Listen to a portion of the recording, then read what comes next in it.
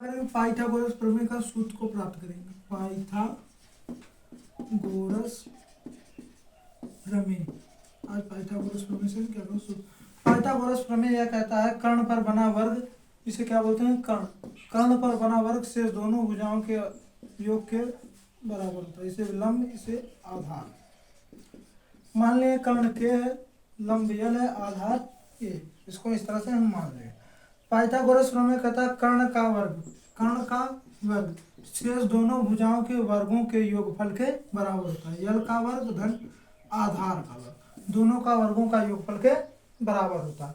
हम जानते हैं साइन थीटा बराबर क्या होता है, लंब बटा कर्ण, और कास थीटा बराबर आधार बटा कर्ण।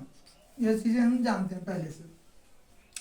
आज हम पाइथागोरस के प्रमेय से इन दोनों के बीच के रिलेशन को सिद्ध करेंगे, प्राप्त करेंगे। यहाँ पर क्या है, कर्ण का स्क्वायर बराबर लंब का स्क्वायर धन आधार का स्क्वायर। दोनों तरफ हमें के स्क्वायर से भाग करने पर, दोनों पक्षों में के स्क्वायर से भाग करने पर, दोनों पक्षों में किससे के स्क्वायर भाग। तो यहाँ पर क्या हम करेंगे, के स्क्वायर दिया, पहले इसको लिखेंगे समीकरण को, मान लीजिए इसको समीकरण एक है, के स्क्वायर यल स्क्वायर धन ए स्क्वायर। अब दोनों पक्षों हम किससे भाग दे रहे हैं, के स्क्वायर से। इधर से के स्क्वायर भाग दे देंगे, इधर के स्क्वायर से भाग देंगे। इधर से के स्क्वायर कट गया, बराबर एक आ गया। इसको हम क्या करते हैं, यल स्क्वायर के स्क्वायर अलग अलग कर लेते हैं, प्लस ए स्क्वायर के स्क्वायर अलग अलग कर लेते हैं। आगे वन बराबर हम यल अपान के कर लेते हैं और दोनों का होल स्क्वायर कर लेते हैं, फिर प्लस ए अपान के कर लेते हैं, दोनों का होल स्क्वायर कर लेते हैं।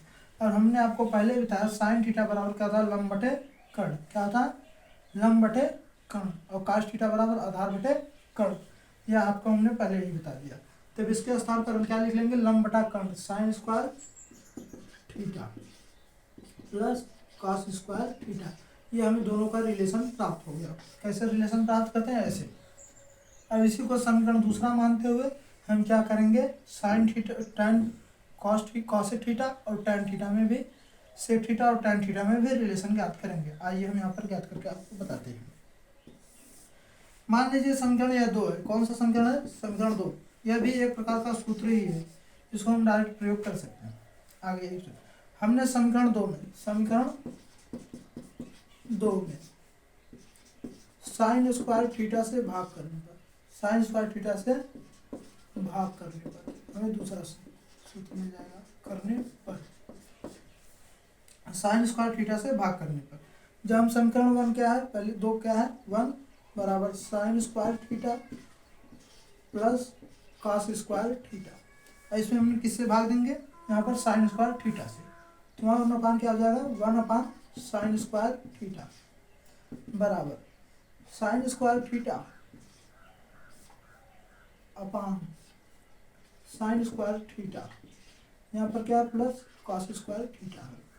यहाँ पर 1 अपान साइन थीटा, पहले देखिए 1 अपान साइन थीटा को हम क्या लिख सकते हैं, बराबर कोसेक थीटा। अब जब इसका वर्ग करेंगे तब इसका वर्ग भी कर देंगे, दोनों पक्षों का इसमें वर्ग करेंगे। उसी प्रकार से 1 अपान साइन थीटा का हम जब होल स्क्वायर लिखेंगे, पहले इस तरह से 1 अपान साइन थीटा का होल स्क्वायर कर देंगे। उसके बाद इसको अलग अलग कर देंगे, sign square theta upon sign square theta plus cos square theta upon sign square theta. यहाँ पर 1 अपान साइन थीटा के स्थान पर क्या लिख सकते हैं, कॉसेक थीटा। यहाँ पर क्या हो जाएगा, cosec square theta equal to sine square theta cut गया 1, और बीच में प्लस। हम जानते हैं यहाँ से cos theta upon sine theta equal to किसके होता है, कॉट थीटा, किसके, कॉट थीटा के। तो यहाँ पर हम क्या लिख देंगे, कॉट स्क्वायर थीटा। हमको ये दूसरा रिलेशन प्राप्त हो गया। तीसरा समीकरण इसको मान लिया, यह भी एक प्रकार का सूत्र है। इसी प्रकार से हम त्रिकोणमितीय सूत्रों को संबंध ज्ञात करते रहेंगे। आगे हम ज्ञात करेंगे 1 plus tan square theta equal to sec square theta. इसी प्रकार से त्रिकोणमितीय अनुपातों इनका क्या है रिलेशन, ये किससे ज्ञात हुए, पाइथागोरस प्रमेय से। पाइथागोरस प्रमेय से हम सूत्रों का यह क्या है, निगमन है।